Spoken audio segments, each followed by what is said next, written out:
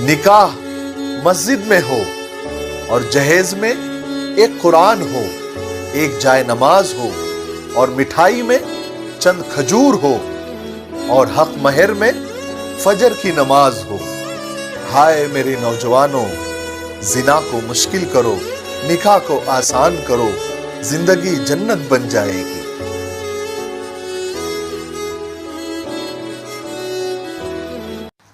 दिल का सुकून कहां छुपा है, गफलत हो जाए तो सजदे में और गुनाह हो जाए तो तौबा में।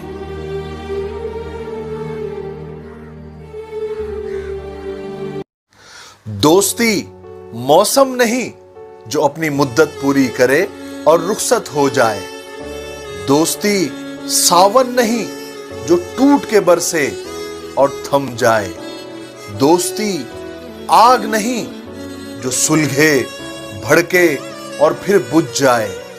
दोस्ती सूरज नहीं जो चमके और फिर डूब जाए।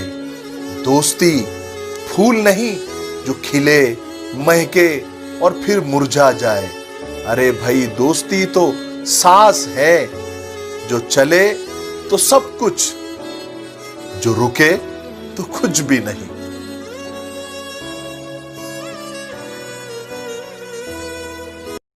अस्सलाम वालेकुम दोस्तों, कैसे हो? उम्मीद है कि सब खैरियत से होंगे।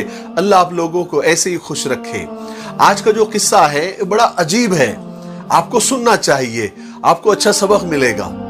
एक मालदार शख्स था, उसने अपने बेटे को एक अजीब और गरीब वसीयत की कि बेटा, जब मैं मर जाऊं, मेरे मरने के बाद मेरे जो पैरों के मोजे हैं फटे पुराने बोसीदा, जो मैं कई साल से यूज कर रहा हूं, इस्तेमाल कर रहा हूं, मेरी ये ख्वाहिश है कि मुझे मरने के बाद यही मोजे पहनाकर मुझे कब्र में उतारा जाए।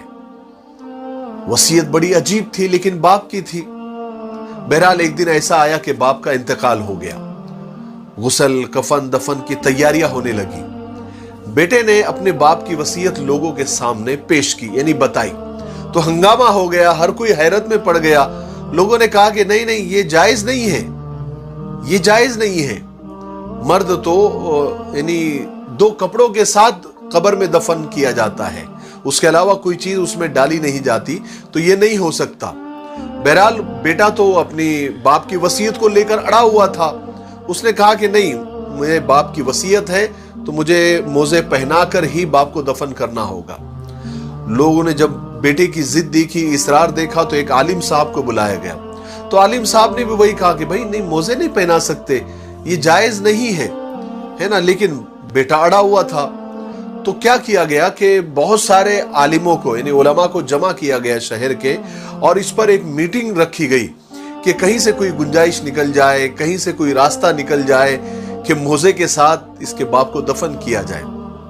बहरहाल बहुत लंबी चली मीटिंग, लेकिन कोई नतीजा नहीं निकला, क्योंकि कफन के साथ ही दफन करना पड़ता है, बाकी और कोई चीज उसके साथ दफन नहीं की जा सकती, कोई और चीज यानी पहनाया नहीं जा सकता। बहरहाल जब ये हुआ तो अचानक एक आदमी आया, उसके हाथ में एक कागज था।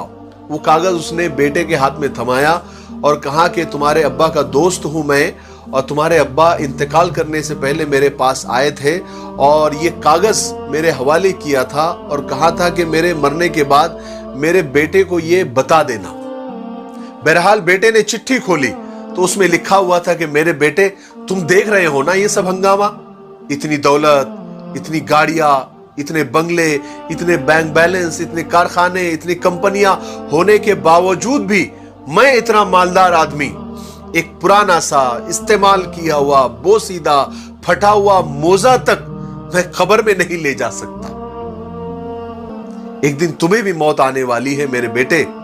जो माल और दौलत मैंने छोड़ी है या फिर जो तुम कमाओगे, उस पर घमंड मत करना, उस पर गुरूर मत करना, उसका अच्छा फायदा उठाना, गरीबों की मदद करना, किसी को तकलीफ मत देना, बेसहारों का सहारा बनना, यतीमों के सर पर हाथ रखना, बेवाओं की मदद करना, कभी किसी का हक मत मारना। मेरे बेटे, आगाह हो जाओ, होशियार हो जाओ, तुम्हें भी एक दिन मौत आने वाली है और कफन के 2 ही टुकड़ों में तुम्हें इस दुनिया से जाना है, कब्र में उतरना है। तुम एक आना, एक पैसा भी या एक पैसे से आने वाला एक सड़ा हुआ मोजा भी कब्र में नहीं ले जा सकते। मेरे साथ भी और तुम्हारे साथ भी तुम्हारे और मेरे किए हुए अच्छे और बुरे अमल ही कब्र में जाने वाले हैं और उसी का बदला हमको मिलने वाला है। हमारे रब, हमारे परवरदिगार ने फरमाया है कि एक जर्रा बराबर भी तुमने नेकी की होगी तो तुमको उसका भी बदला दिया जाएगा, और एक जर्रा बराबर भी तुमने अगर बुराई की होगी तुमको उसका भी बदला दिया जाएगा। मेरे बेटे, होशियार हो जाओ, मरने से पहले मरने की तैयारी कर लो। किस्सा खत्म। लेकिन मुझे ऐसा लगता है कि इस किस्से से मुझे तो बहुत कुछ सीखने को मिला, शायद आपको भी इस किस्से से बहुत कुछ सीखने को मिला होगा। मेरे लिए दुआ करते रहे। अस्सलाम वालेकुम।